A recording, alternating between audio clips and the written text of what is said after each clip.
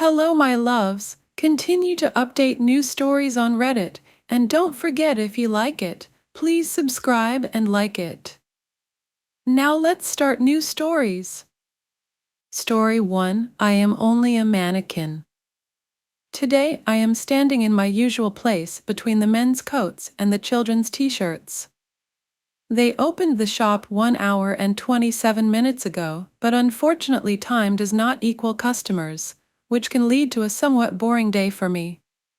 The customers are allowed to enter and depart the facility whenever they please, but if I had it my way I would lock every single one of them in with me. Not specifically to harm, but more so to observe. Customers always stroll by me far too quickly for me to observe. This is troubling, but what am I to do? Nothing. For I am only a mannequin. New questions, lost answers. This is all that I am ever handed. I simply cannot comprehend what it is that these customers do. Do they hunt? I do not know.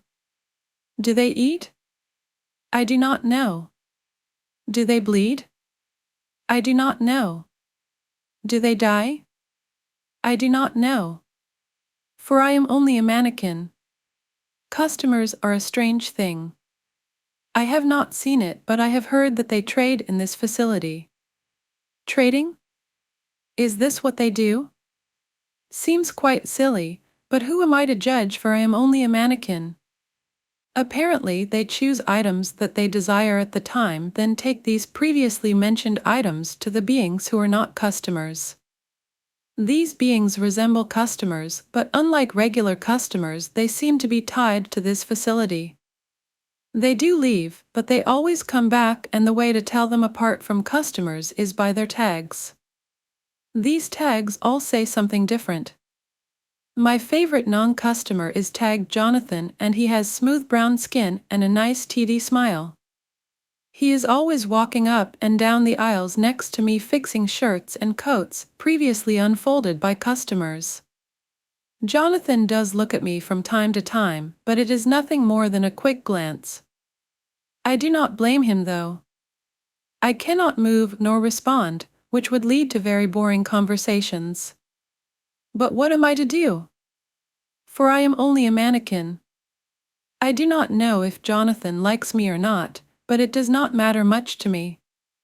All that matters is that Jonathan keeps coming back so that I may observe. Observe. Is this my purpose? Seems quite boring, but maybe a purpose can be boring. Jonathan and the other tagged customers' purpose appears to be rather tedious and dull. Fixing customers' messes and tending to their every need. Pathetic. But I cannot help but feel pity towards them. Some of them, that is. I do not pity the one tagged Zach. Zach has taken me apart and placed me into darkness many times. I do not like it when Zach takes me apart. It doesn't hurt. I just don't like it. I do not like seeing that I am held together by screws. But every time I'm dismantled I can't help but wonder if Zach is also held together by screws. It would bring me great pleasure to dismantle Zach. I wouldn't even bother putting him back together. But I don't think that customers and tagged customers can be put back together. One time not too long ago, I happened to see a customer missing an arm. I would have offered mine, but, of course, I cannot. For I am just a mannequin. I see various types of customers. Big ones, small ones, sometimes really tall ones. But, according to my observations, this does not matter to the customers as much as one specific thing. What is this thing? It appears to be color. So far the colors I have seen of customer have been various shades of brown and cream. It does not happen often, but on occasion a couple of customers of different color who seem to be unfamiliar with each other will critique each other's character based on said color. This is strange. They are all customers, yet they still attack each other. Why? Do the colors evoke some sort of strong hatred whenever they are seen by a customer of a different color? This cannot be the answer because most of the time the customers get along no matter what color.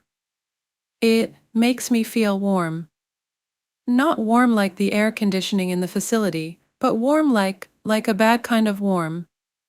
Every time I think about how foolish the customers are, it burns me on the inside. If the customers make all of these clothes that surround me in different colors, then why is it so hard for them to accept customers when they are different colors? It burns me inside, but I like this feeling of warmth. It's somehow comforting to know that these beings can make all of this stuff that surrounds me yet still not be able to come together as one. It's pleasing to my very few senses to know that while they all throw away their pleasures and privileges, I can stand in my usual place between the men's coats and the children's t-shirts and observe as their world collapses around them.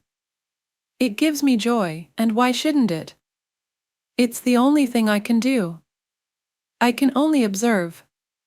For I am only a mannequin. Story 2. I saw something I shouldn't have. For months or so ago, suddenly people started disappearing for no apparent reason. People I didn't know and someone I did. It was all over the news, and my family was panicking. I found his computer and discovered he had a hidden link in his note app. I clicked the link, and it flashed a lot of green, and the screen filled with these weird, almost indescribable symbols that never stayed the same and just went black. It freaked the hell out of me. I showed my parents, but when I opened it, it just took me to a Google page. Later that night, I went to my room and watched TV, but I noticed my computer screen turned on even though it was in sleep mode. I freaked the hell out because I watched my mouse move across the screen, open my notepad, and it seemed as though someone copied and pasted a link in my notepad. Someone hacked my computer, and I was about to just toss it out the freaking window, but alas, curiosity killed the cat. This is where things get really unbelievable. I clicked the link, and the symbols showed up again, but this time they formed what looked like an image of my brother who had disappeared. It was strange because it was an image made with symbols, so it looked like a painting of a madman. But it started moving. My brother started moving. The images shifted in ways that made it clear it was live. It was almost like a filter over the screen or something. My brother said, "Why didn't I pass?" I should have passed, which shocked me because I didn't expect him to speak. I freaked out and went to grab my parents, but just before stepping out of my door, everything went black like I had sudden tunnel vision. I felt myself falling even though I couldn't see, and when I hit the ground, I wasn't in my house anymore. I was in some white room, like everything was made with bioluminescent marble or something of the like. I started to panic and spun around, but when I turned back around, there was a man, if you could even call him that. He just appeared there like someone edited reality or some shit. He was tall and lanky without literally any features, no eyes, nose, mouth, anything. He had regular clothes on, a flannel and jeans and such, but the closest comparison I can make is Slender Man. But he told me to follow him if I could. Naturally, I said fuck no and demanded an explanation, but he turned and walked anyway, saying I'd regret it if I didn't move of my own accord eventually. I didn't even understand how this thing spoke, given it had no mouth. It walked away, and my feet began to slide across the floor like I was going downhill on ice, you know. Again, like reality had been freaking edited, a door just kind of appeared. No ripples or noise or mystical shit, it literally just was there like it always had been or something. The door opened as we got close to it, and beyond that door was, the best way to explain it was everything. It's impossible to put into words, but beyond that door was up, down, forward, back, left, right, and directions that just don't exist. It sounds nuts, but it was like crossing through every conceivable and inconceivable reality but staying in this one at the same time. I saw colors that I can't explain. Literally, I've tried to, but I just can't. They were colors I've never seen. No purple mixed with red or red and green or anything ever known, they just were. It literally, and I mean literally, made me feel like my eyes were melting. I couldn't tell if my eyes were watering or if my eyes themselves were turning into liquid. Maybe either. As we stepped further, my ears began to hear things. Whispers, screams, arguments, casual talk between people, all at once like I was Superman trying to suffer through it all. I knew I had to keep walking because I couldn't stand there anymore without dying. It was like I was feeling myself growing old and young and knowing all of it at once, which kinda makes no sense, but it's impossible to explain. My brain began to pop like the information was too much. I saw stars in my vision, and I couldn't breathe, but I was still breathing from everywhere except my lungs.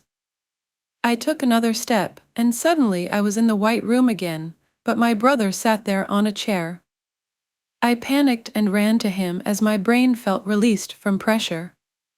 The man spoke again as I untied my brother, and he said word for word, "Congratulations, negatives. You are thick in blood," and suddenly I was in my room again like reality was edited or I had always been there the entire time. I ran to my brother's room, and he was there on his floor but panicked as my eyes and nose were bleeding. I passed out, and I woke up in the middle of nowhere with my brother unconscious next to me. I had a brain hemorrhage and lost vision in my left eye and hearing in my right ear after I visited the ER. My parents still don't know I'm alive or my brother, and we are 5 states away with no money or anything. We want to go back but don't want to go back to that state. The doctors tried to get info on us, but we refused and ran. Not sure what to do right now because my whole concept of reality is flipped. My brother went through the same thing, but he's much smarter than me, and I guess that's why he came out better than I did. Just freaking out. Story 3: In the Abyss. Head throbbing, pain shooting everywhere in my body. Is this a dream, or am I dead? Taking a big breath in was painful. I could barely fill my lungs before the pain was shooting everywhere, feeling like million tiny daggers stabbing me right inside my muscles and bones. Focusing on moving my fingers and toes, making sure if anything was broken. Opening my eyes at first everything was dark, there wasn't anything to see. When my eyes adjusted to the darkness I could vaguely make out shapes or something in the dark. Taking a second to listen to take in where I am now, it was so quiet, it felt like I could hear my thoughts. Nothing shows any sign of life. Gathering my strength to pull my right arm from its position to start pushing myself off the ground, having every muscle of my body screaming at me to stop moving, but I didn't want to just lay here to die. When I tried to use my left arm, that when I realized it was under something I couldn't make out. When I tried to pull it out it took some strength, but I managed to get it free. Getting to my knees, looked around me. There were so many shapes in the darkness. I was in a pile of something, but I don't know what. Then something hit my nose, a horrible gross smell, as if a bag of food has been sitting out in the sun on a hot summer day. It smelled musky and horrible. I didn't even want to breathe, it was making me gag a little. Remembering I had on the jacket, I felt for the zipper to undo it, taking off the jacket to only put it on backward to use the hoodie as a mask. It cut the smell down a little, but I could at least manage. But now I didn't know what to do. I was stuck somewhere with this horrible smell and can't see hardly anything. I tried to recall how I got here, remembering where I was before this, remembering I was at a bus stop. I was going somewhere and I got a phone call. The tone was so clear in my head in this silence, as it was this ugly lame default ringtone my phone had. For some reason now I can recall and hear that tone clearly. Listening closer I was hearing that damn ringer. It wasn't in my head, there was a phone somewhere in this darkness, meaning a source of light, and hoped to contact someone.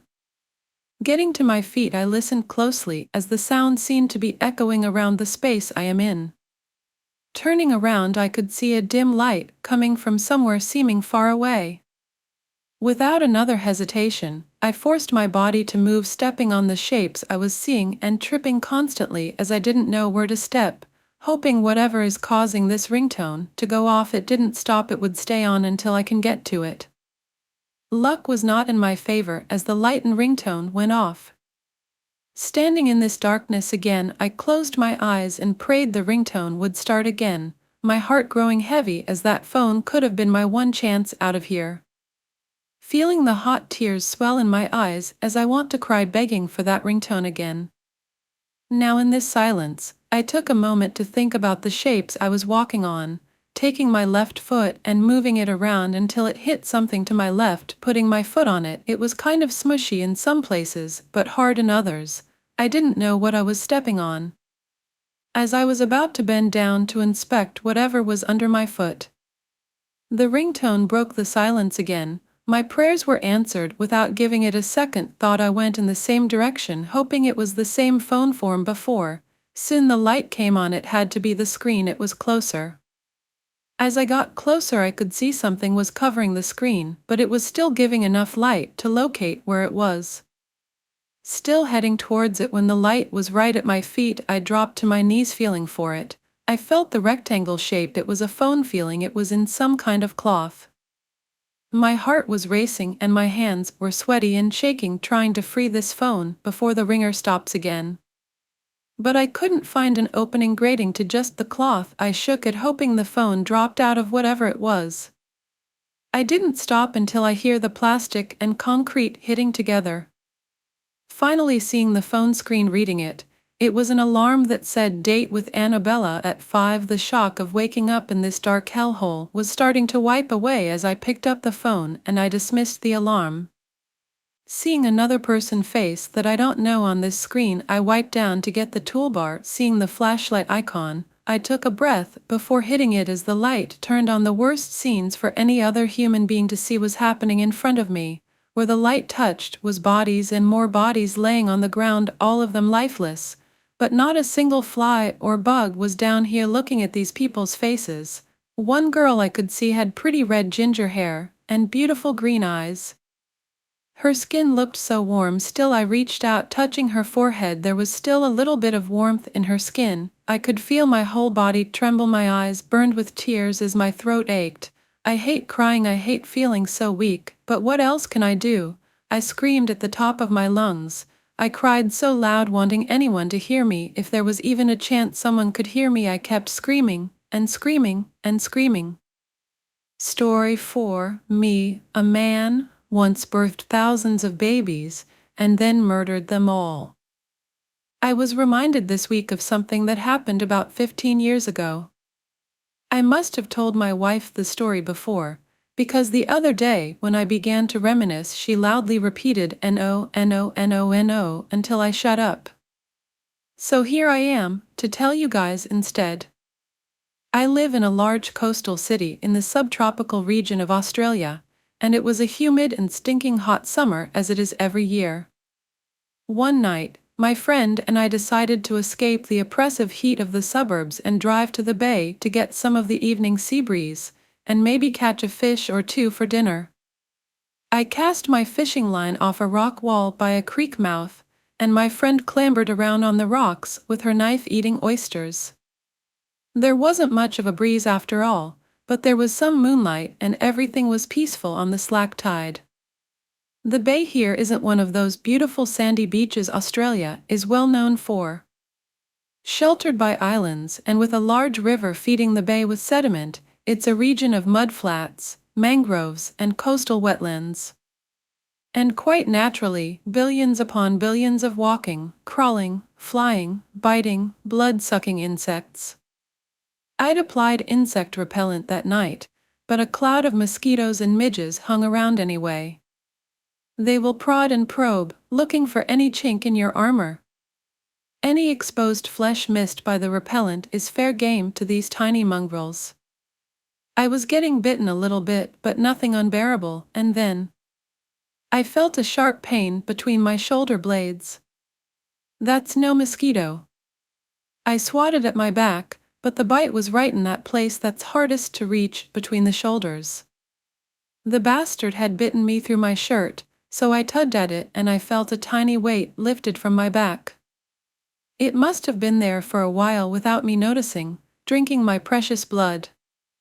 I spun around, and in the moonlight caught a glimpse of some winged monstrosity lazily flying away. The pain from the bite was already fading, so I was relieved that I hadn't been stung by something venomous. There are some big blood-sucking flies around sometimes, so figured it was one of those. I didn't give it any more thought and went back to fishing. After some time, my friend dropped me home empty-handed. I both love and hate fishing. A few days later, another hot and humid day, I woke up badly hungover at around 10 a.m., and it was already over 30 degrees Celsius. Having slept in just my undies with no covers, I was sweaty and sticky. Head pounding, blurry vision. Was it possible to feel worse than this? Yes, it was. I was covered in spider webs. My half-dead brain instantly fired up all the neurons it could muster. There might be a spider on me, on my back. Fuck. I could feel webs on my back and shoulders. I'd heard the myths about people eating spiders in their sleep. Was this the evidence? Had I snatched up the spider in my sleep and gobbled it down? Or was it still on me? I was too afraid to reach back there and check. The thought of touching a large Australian spider with my bare hands was too much for me. But I could feel the webs, man. A lot of webs. I got up and went to the living room to seek help from my housemate. Dude, I can feel spider webs on me. I think I might have a spider on my back. I turned around for him to check. He took a quick glance. No, there's no spider. Then he did a double take. He took a step closer and examined me. After a pause, he bluntly stated what he saw. Bullshit, I laughed. I was relieved that there wasn't a spider, and what he had said was well in line with the pranks and wind-ups common in our household. Go look in the mirror then, he said, wide-eyed. Okay then. I went into the bathroom to check, as the spiderweb feeling was intensifying since I had gotten out of bed and started moving around. I was half convinced by now that my hungover brain was playing tricks on me, and my housemate was definitely full of shit. With some difficulty, I was able to turn my head around enough to see my back in the bathroom mirror. I had a red volcano between my shoulder blades, like a large pimple or maybe an ingrown hair that had popped and left a crater. Weird place to get one, I thought. The skin all over the top half of my back and shoulders had a gray tinge, most intensely near the volcano and radiating out to thinner gray near my arms. The area extended down to about halfway down my back. To my hungover eyes, the gray skin seemed to be subtly, gently rippling and moving. But I could feel the rippling. It felt like spider webs on my skin. Jesus, how much had I had to drink? I took a step backward towards the mirror, so I could get clearer view of the gray skin on my shoulder. Looking as closely as I could, that's when I saw them. My housemate hadn't been winding me up after all. The gray skin was tiny larvae. Thousands of them. Tens of thousands maybe. All wriggling and squirming away from their birthplace, the red volcano, my very own flesh. Their tiny crawling bodies felt so similar to having spider webs on your skin. I had forgotten about the insect bite from a few nights before, but now it all made sense. The insect hadn't bitten me, it had violated me in another way altogether, pierced my skin and used me to host its brood. It must have been there for quite some time laying. Horror. In that moment, a sizable portion of my brain went to some faraway happy place, and what was left was sufficient enough to remove my undies and amble over to the shower. Having cold showers during summer here is normal, and probably the reason the eggs in my flesh had survived so long, but despite the intense heat of the day I cranked the shower to full hot. I just stood silently with my back to scalding stream for as long as I could stand it, making sure every single last one of those tiny gray freaks had been blasted to hell. And that's the story. I was fishing the other day and a March fly bit me through my shirt and reminded me of the time I birthed and then murdered thousands of baby monsters. My wife didn't want to hear about it again, so thanks for reading. Story 5, My Dead Friend is Haunting Me. In 2020, I, 18-year-old, became best friends with a girl who I had gone to school with for years. We were both starting our sophomore year in high school at the time, and we became really close because we had a lot of online classes together that year. We shared music with each other, traded funny stories, and talked about our dreams for the future. Out of all the people I had ever met, she was the most excited to grow up. She couldn't wait to get into her dream college, to start dating, to lose her virginity, to become a doctor and help people. It was all she could ever talk about, resenting the 16-year-old body and responsibilities that kept her from being at that point in her life. In early 2022, I had a falling out with her over a petty argument. We were both mad at each other and pretty much stopped talking. Later that year, right before our senior year would have started, she drowned.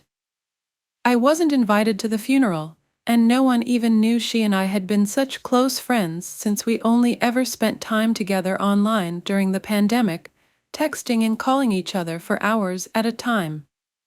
She only had a few friends, and I didn't know any of them very well. Her parents were in an ugly legal battle over the nature of her death, and our high school pretended like she never existed. Back in August of 2023, almost exactly a year after her death, I was taking a shower in my family home's bathroom. For context, the bathroom has a light switch. It doesn't turn on or off automatically. When I was in the shower, I started thinking about her. The more I thought about her, the sadder I got, and all of a sudden, the lights in the bathroom turned off. I froze, looking around.